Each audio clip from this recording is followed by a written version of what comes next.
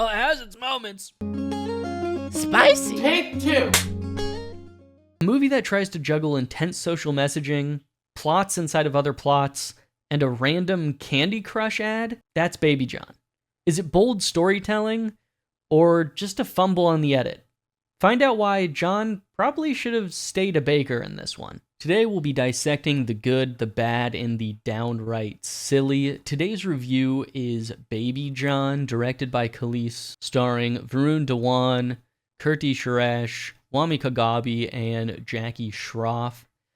It's a movie that tries to cram as many plots into a film as Baby John does with bread in his oven. The film focuses around John, played by Varun, who's a baker by trade and lives with his only daughter and his dog. But before we can even get into that, we're assaulted by a 10-second song and dance number by a small man named Boss, who then just promptly returns to normal as if he didn't just ruin an entire opening scene. But just like in the movie, let's flash back to what I was just talking about. When a minor run-in leads to having to follow his daughter's teacher, played by Wami Kagabi, to the police station to file a report, you see John visibly shaken when entering the station, and it makes you wonder who he really is and why he seems to avert his eyes pretty much when looking at anyone in the police station. We then follow John back to his home when something goes bump in the night. Baby John is outed as DSP Satya Verma, and we see a gang of hooligans outside of his house wanting revenge. Action breaks out, and John, aka Satya, fights off the entire gang. We find out via a flashback, almost as long as the entire movie, that this gang is part of a massive human trafficking network led by Nanaji, who is leading this revenge plot, which pretty much sums up the entire movie. But let's talk about some of the good in the film. The background music was great and really added an extra oomph when finding out John's real identity as he suplexed one of the hooligans through a table conveniently lit on fire. Admittedly, it was probably one of the coolest moments in the film and really got me hyped up for the action. The other star of the show for me was Ram Savek, who was probably supposed to be a comedic relief character, but ended up having some of the most important lines of dialogue in the entire film. His monologue on crime stats on women gave real impact to the actions of the film, and his one-liner on comedy being serious business both tipped the hat to his role in the film, and was also badass in the face of danger that he was about to stand against. One of the biggest dangers in the film is the main villain Nanaji. His threats to the heroes of the story are believable and keep you on your toes throughout the film. His willingness to sacrifice anyone in his organization to get back at Baby John really speaks to the cruelness and desperation of the character. Between Baby John, Ram Savek, and Nanaji, it was really a valiant effort to make this movie something to remember. Unfortunately, the constant flashbacks, subplots, and montages of things I actually wanted to see in the film really made it hard to get in the groove of the movie. Pacing is one of Baby John's biggest issues. The first act adds some intrigue, but then takes over an entire 40-minute chunk of the movie, covering topics that don't really seem that important to the story's narrative. One subplot focuses on John's personal struggles, another focuses on police life, and then there's John's love life that just went on a little too long.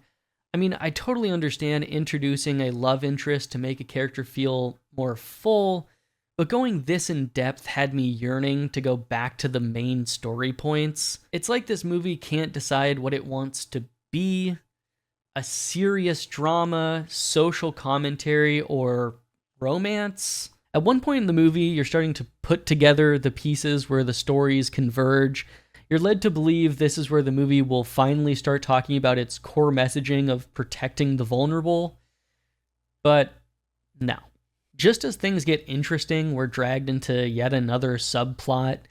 It's a frustrating roller coaster that leaves you exhausted by the time the credits roll and you're hit with yet another fourth wall break.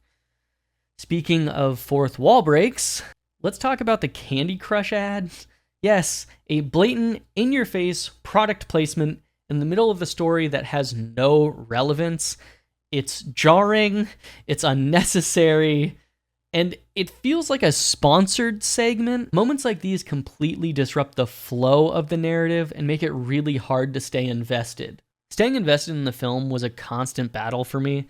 I found myself throwing my hands up in the air when montages played of Baby John saving kids from the bad guys, and the kids started clapping mid-montage. It just felt incredibly forced and didn't lend anything to the likability of the character.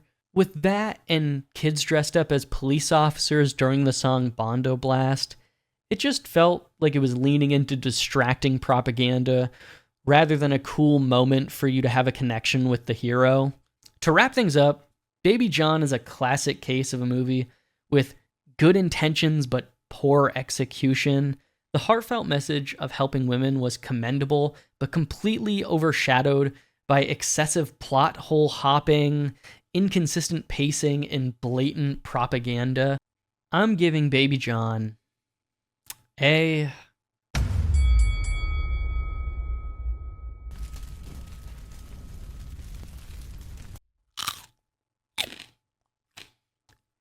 5 out of 10. And that is a pretty average score. Well, it has its moments. The overall experience is disjointed. It's frustrating. Just overall, not very pleasant. Whew. It's not great. It's not great, gang. What do you think? Did the film meet your expectations? Did the screenplay fall short? Let me know in the comments. Don't forget to like, subscribe, and hit that notification bell for more reviews like this one. Thanks for watching, and I'll see you next time. Well, it has its moments.